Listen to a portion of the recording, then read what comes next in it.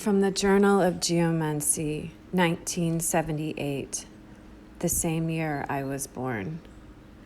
Ley lines are otherwise called dragon lines. These are power points that carry electromagnetic forces as a kind of international grid. The Celts, a confederal cluster, had a grid line of fire signal communications beacons that warned of threats of invasion and places, and named to indicate this. Brangweli, Brown Willie, Kirnow equals the hill of the watcher, sentinel. Modern technological Britain, with its cult of conquest of natural forces through sophisticated knowledge, has a whole gamut of a similar communication network, but now these have been replaced with telephone wires, radio, aerials, power stations, sub-transformers.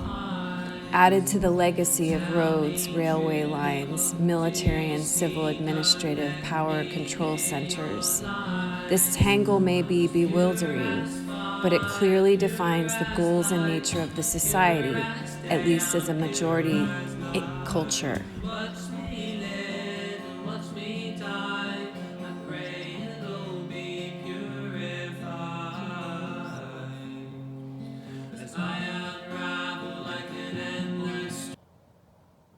By the rivers of the Dart,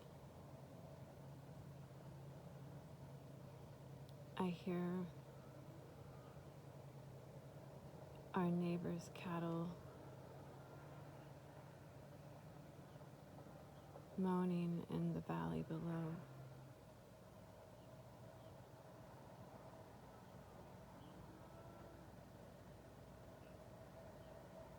Preparing for the day.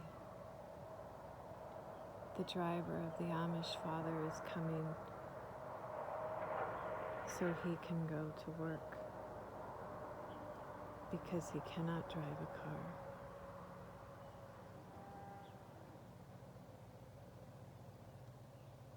I feel I cannot write the words I need right now as I process the other gash, wound of war now opening, knives out, being sharpened at the NASDAQ for defense stocks. Friends coordinating in the camps in Beirut and the apartments of Juni, where the fallout shelter will be.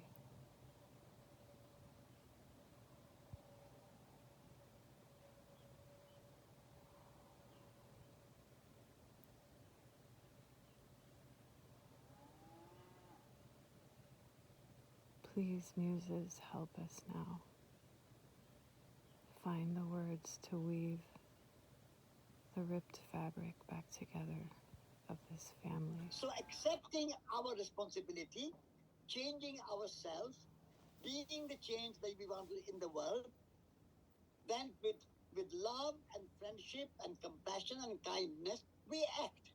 And if necessary, we take suffering upon ourselves. That is a non-violent action.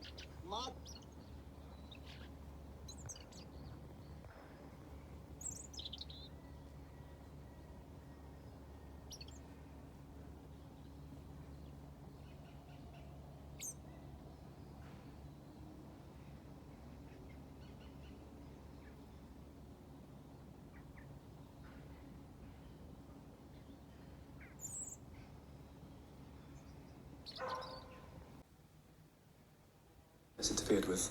So it's one of the kind of purest places to just be and, get spiritual upliftment. The energy there is very watery. The Temple of the Moon is obviously much linked to the water, the feminine energy. It's very nourishing to the psychic body. So it helps develop clairvoyance and those abilities and astral projection. Now, the simplest way of accessing these portals is to, if you go particularly in this water sharpen, is to actually lie under a full moon right in that dip and then practice astral projection. That'll be when it opens up and you get taken on journeys. So that's the nature of the energy here. It'll take you into the astral and it'll be triggered very much by the moonlight. If you want to lie there under a full moon and practice astral projection, that's when it'll come most alive. Now, what I have to add here, though, in seeking the light, you've got to remember this whole area is about facing shadow. You can't just go to the light here without at some point coming face to face with your shadow. A lot of light workers in the area are not facing their shadows, and they're always fighting against it. And sooner or later, that shadow will crush them if you don't face it. You have to become whole, basically, if you know what your shadow is about and how to use it. In order to help anybody embrace their shadow, the first piece of advice I would give is to remember that we are now on a journey of reuniting and remembering. When we first separated from the source, in order to find our individuality, we had to separate and forget. Now it's up to us to remember that we have to unite with everything to become whole, because in the end, everything is us. Now the shadow isn't all dark, the shadow is simply holding everything we deny. We deny good stuff about ourselves as well as the bad stuff. That is that everything out there is a reflection of what's within. The simplest way to embrace one's shadow is to look at the people around you.